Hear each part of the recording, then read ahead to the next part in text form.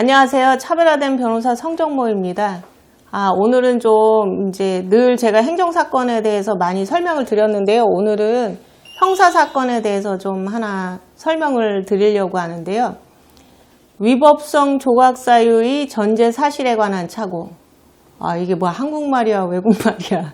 되게 말이 어렵죠? 이제 쉽게 설명을 하려면, 이제 그 상대방이 저를 막 때리고 있었어요. 그러니까는 내가 만약에 그런 상황에서 내가 때리면 뭐예요?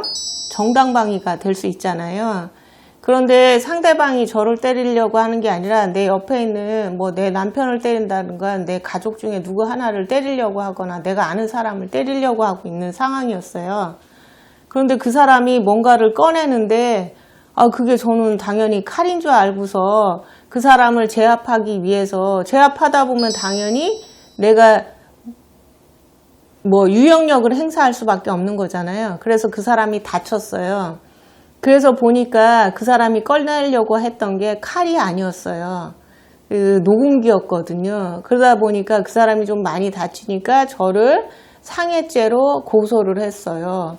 그러니까 제 입장에서는 너무 억울하죠. 이 사람이 다칠까봐 제가 그 사람을 때리려고 하는 목적이 아니라 제압하려고 하는 목적에서 그 사람을 제압했던 거고, 그런 과정에서 그 사람이 다쳤고, 그 다음에 그 사람이 주머니에서 뭐를 꺼냈는데 그게 나는 당연히 그 상황에서는 충분히 칼이라고 생각할 수밖에 없어서 칼이라고 생각을 해서 그러면 더 큰 피해가 발생하니까 제압을 한 건데, 나를 상해죄로 고소를 해서 내가 법정에 서게 되어 있어요. 법정에 섰다는 건 검사가 나를 상해죄로 기소했다는 거죠. 그러면 제가 너무너무 억울하잖아요. 그러니 당연히 제가 재판장님한테 말씀드리겠죠. 나 너무 억울합니다. 내가 저 사람을 뭘 때리려고 한 것이 아니라 이 사람을 다치지 않게 하기 위해서 이 사람을 제압한 거고, 그 과정에서 저 사람이 뭘 꺼냈는데 그게 당연히 칼이라고 생각을 해서 그런 거예요. 그러니까 저는 너무 억울해요 라고 주장을 했어요. 그러니까 근데 그 원심에서는 아니야, 너는 네가 그 착각할 만한 그런 사유도 아니었는데도 불구하고 네가 착각을 하고 저 사람한테 어쨌거나 제압을 한다라고 하는 것 자체가 유형력을 행사하는 거기 때문에 너가 걔한테 폭행을 한 거고 그로 인해서 걔가 다쳤어. 그럼 너는 상해죄로 처벌을 받아야 돼. 물론 다만 네가 쟤를 막 때리려고 해서 때린 게 아니라 얘를 보호하려는 측면에서 하다 보니 그렇게 피해자가 상해를 입었으니 그건 감안해서 양형에 내가 참작해 줄게. 그렇지만 넌 유죄야 라고 하면 제 입장에서는 너무 억울하잖아요. 그래서 제가 대법원까지도 얘기를 했어요. 난 너무 억울하다. 무죄다. 그랬을 때 과연 대법원이 어떤 판단을 했나. 그걸 바로 위법성 조각사유. 우리나라에서 인정하고 있는 위법성 조각사유라고 하는 것은 위법성을 없애는 사유죠. 그러니까 폭행이나 상해 사건에 있어서 만약에 위법성을 조각하는 건 내가 정당방위다 라고 하는 거, 그 다음에 내가 긴급하게 피난하려고 했었다. 그래서 긴급 피난. 그 다음에 만약에 이제 경찰관들이 누군가를 체포하려고 하는 와중이었다라고 하면 그거는 정당행위. 왜냐하면 법령에 그런 규정이 있으니까요. 그러거나 아니면 기타 사회상규에 반하지 않는 내용. 요걸 가지고서는 위법성 조각사유라고 해요. 그런데 위법성 조각사유 중에 하나인 아까 말한 대로 정당방위 상황이라고 나는 생각을 했는데, 그거에 대한 전제 사실. 그 피해자가 칼을 들었다라고 칼을 꺼내려는 상황이다라는 사실에 내가 착오를 일으키는 거죠. 착각을 한 거죠. 그거를 너무 어려운 말로 위법성 조각사유의 전제 사실에 관한 착오라고 얘기를 해요. 제 입장에서도 굉장히 오래간만에 듣는 얘기입니다. 저는 법대고 사시 출신이기 때문에 사법고시에 형법의 한 꼭지로 자주 출제되는 문제였기 때문에 법대생이라면, 그 다음에 사실을 공부했던 사람들이라고 하면 당연히 한 번씩 위법성 조각사유의 전제 사실에 관한 착오에 대해서 당연히 공부하고 그러한 문답서도 마련해 보고, 그 다음에 그런 게 이제 중간이나 기말고사에 그 학교에 있을 때, 학부에 있을 때 시험으로도 출제가 되는 사항이었거든요. 처음에는 그 말이 너무 어려웠는데 생각을 해보면 상대방이 칼을 들었다고 착각하고 그 사람한테 덤볐는데 칼이 아니었다. 내가 착각한 거다라는 쉬운 말로 이해할 수 있겠죠.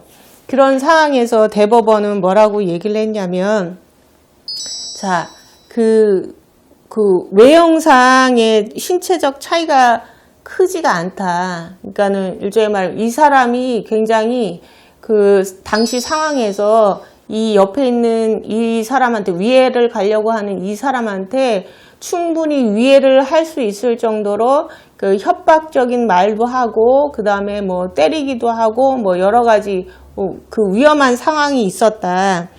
그리고 나서 이 사람 그 제압한 이 사람도 충분히 그 상황에서 그 피해자가 뭔가를 꺼내는데 그게 일종의 말하면 작은 칼, 그러니까는 뭐 접이식 칼이나 뭐 그런 것처럼 충분히 그러한 칼로 오인할 소지가 있다. 내가 이렇게 꽉 쥐고 있는 상황에서는 이게 칼인지 노궁기인지 제가 일견 봤을 때는 잘 확인할 수가 없는 거잖아요. 그런 상황이고, 그 다음에 그 피해자도 그런 얘기를 해요.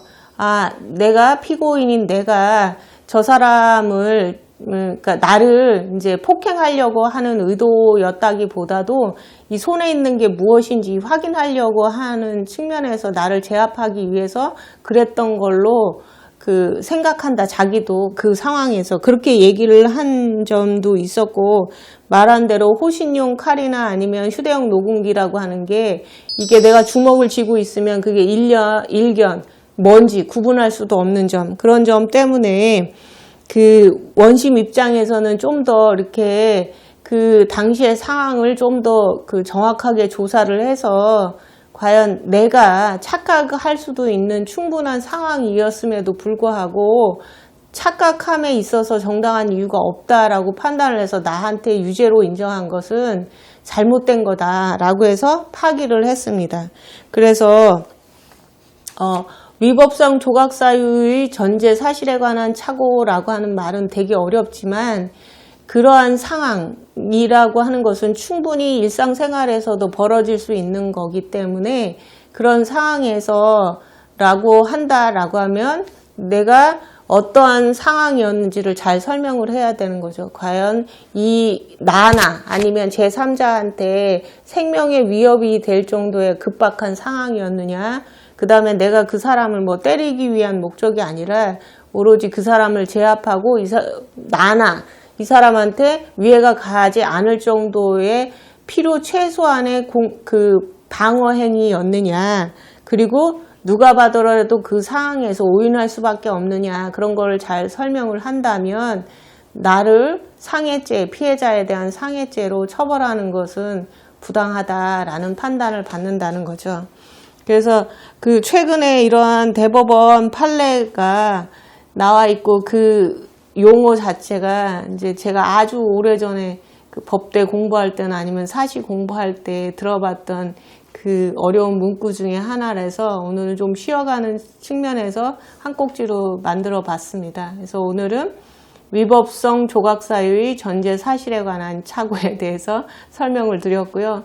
혹시라도 이런 상황이 발생했다, 그래서 난 좀 억울한 점이 있다라고 하면 저한테 댓글 달아주시거나 아니면 연락 주시면 제가 자세히 설명드리도록 하겠습니다. 이상 차별화된 변호사 성정모였습니다. 감사합니다.